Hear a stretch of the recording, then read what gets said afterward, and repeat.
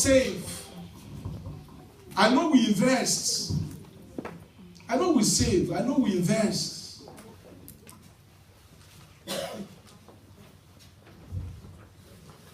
But what many believers don't do is insurance. Don't buy insurance. You are traveling. You buy a ticket. You can't buy insurance of $20 or £20. And then something happens. I was sharing with him. Anytime I travel out of Nigeria, I buy insurance. To the tune of £500,000. And how much is it? 14,000 naira. To buy insurance is very simple. Just little things that we overlook. And then somebody travels, he does not have insurance, and then he breaks his leg and it becomes a problem to his host. Number what am I? Pray without ceasing. Pray without ceasing. As you turn to 50, your prayer point must increase. Prayer is the answer to the constant changes in the world. Matthew chapter 7 verse 7. Continue to ask and God will give to you. Continue to search and you will find. Continue to knock and the door will open for you. Matthew 7 verse 7. Easy to read Bible. New Living Translation says, keep on asking and you will receive what you ask for. Keep on seeking and you will find. Keep on knocking and the door will be opened to you. As we grow older, we must learn to bring all our needs before the Lord in prayers. There's nothing that we need that prayers cannot solve.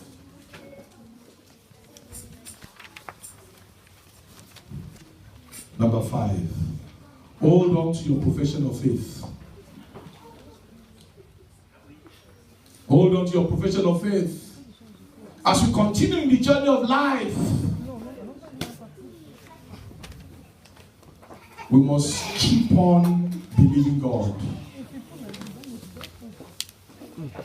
Psalm 37 verse 25. I've been young and now I'm old, yet have I not seen the righteous forsaken, nor his seed begging bread. Psalm 37 verse 25.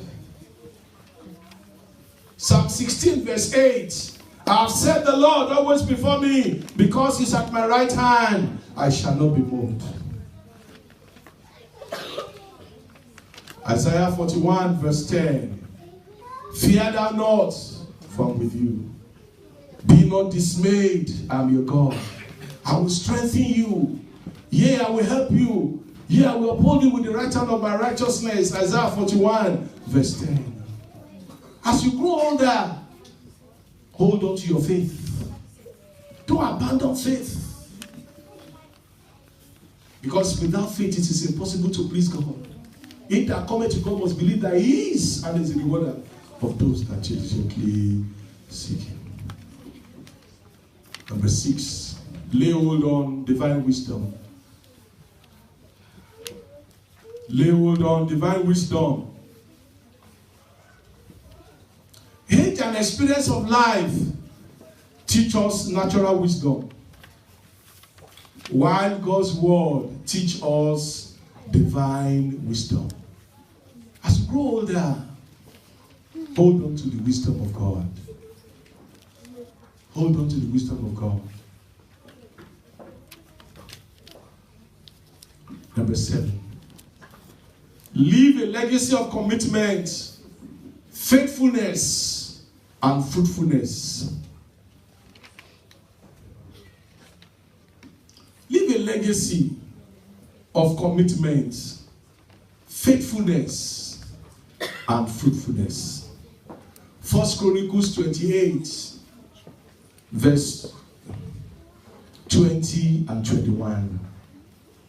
And David said to Solomon his son, be strong and of good courage, and do it, fear not, nor be dismayed.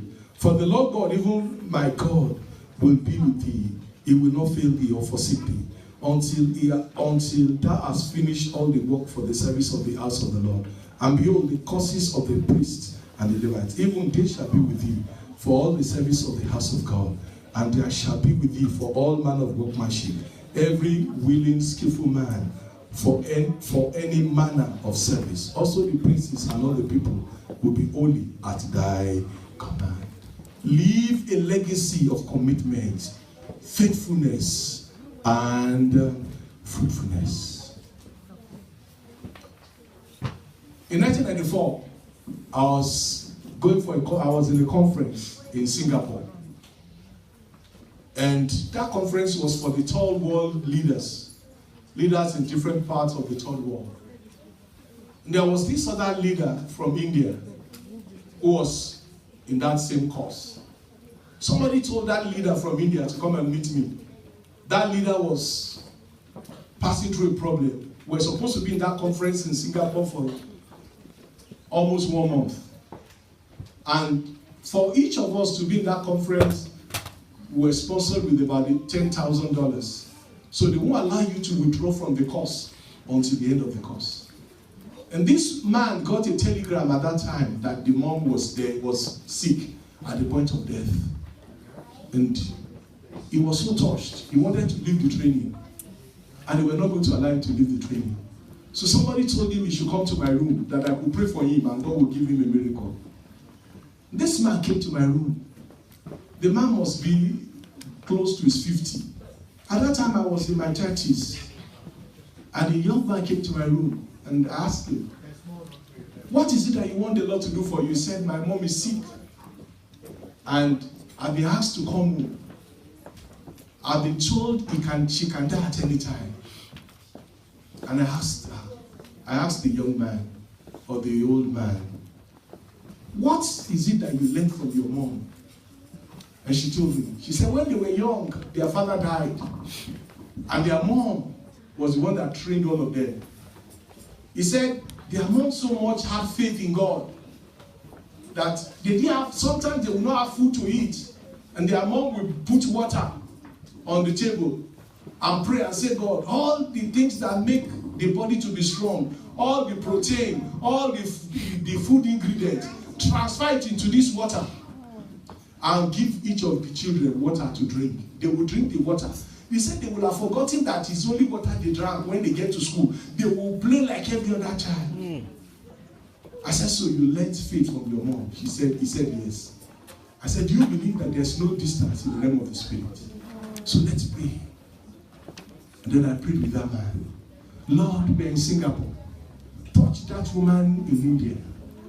Deliver her from the yoke of death. A day or two after, she's got another telegram.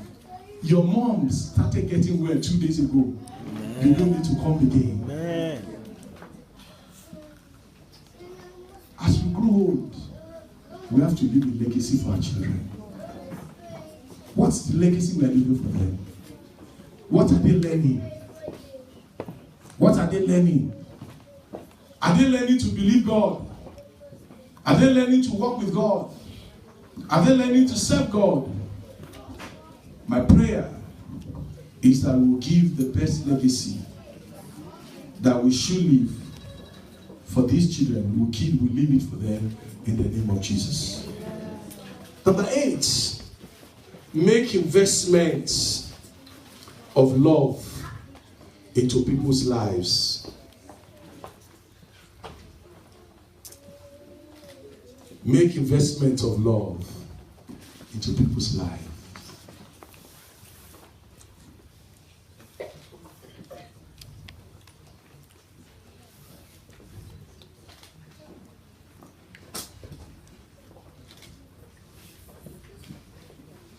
Yogijo said, the bad things people do to us, we should write it on water so that water can take it away.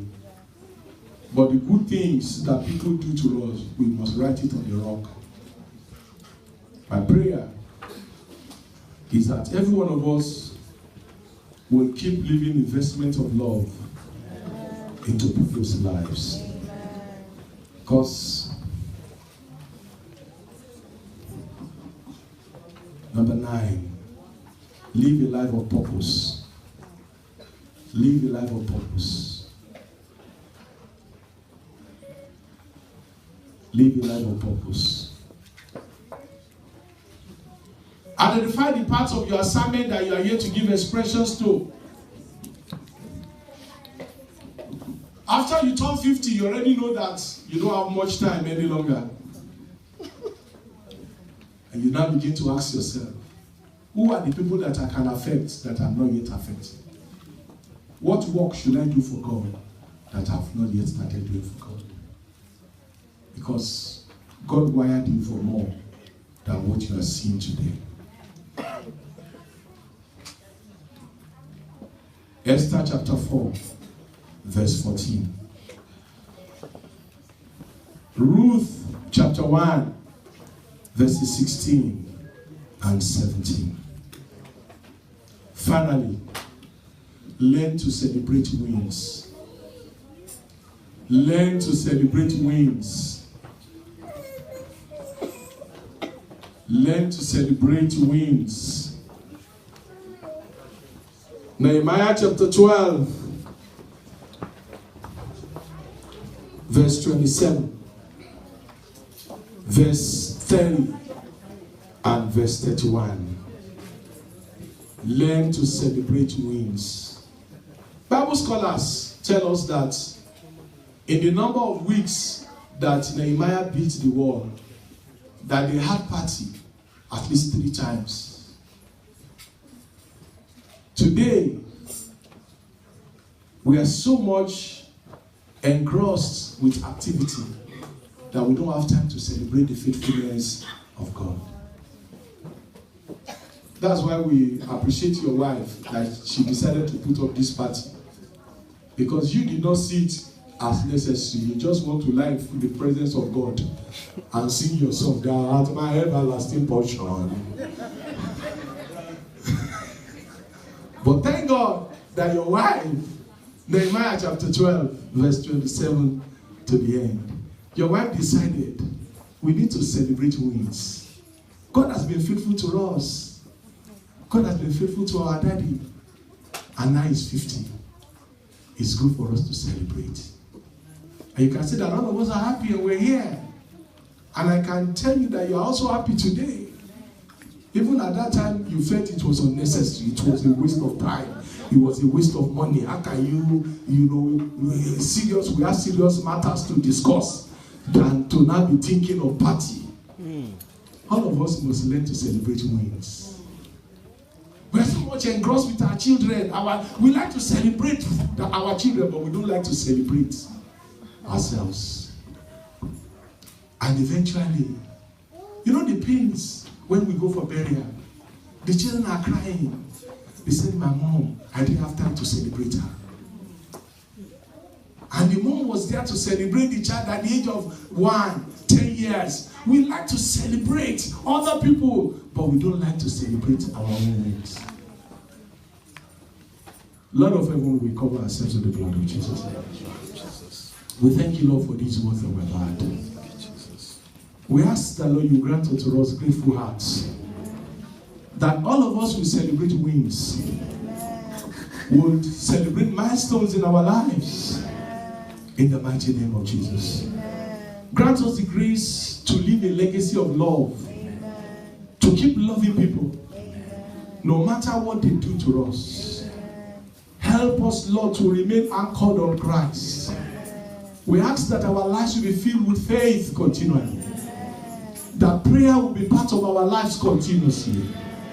That our altar of prayer will never go down. We worship and we exalt you. We pray for everybody under the sound of my voice today. Lord, those of us who have not yet started preparing for our homes, help us to prepare for our homes.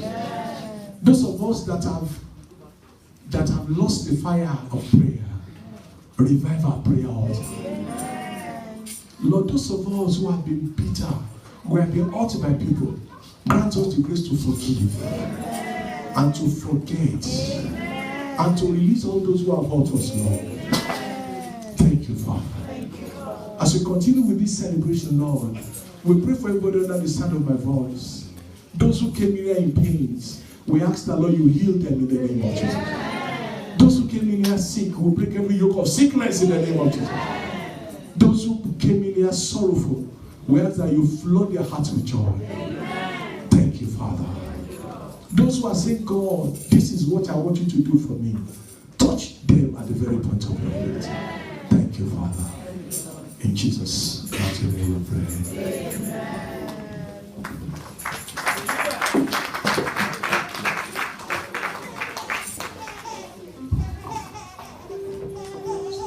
Praise the Lord. Praise the Lord. Let us give it to Jesus. Let us give it to Jesus. I told you the man of God, the teaching is so unique. The teaching is so unique. Let us give it to God. Let us give it to God. Let us give it to God. So hold on to your anchor. It's very, very important. Hold on to your anchor. And one of the most important things I learned today is, one of the things that always throw us away or throw us down is that we are intimidated by other people's success.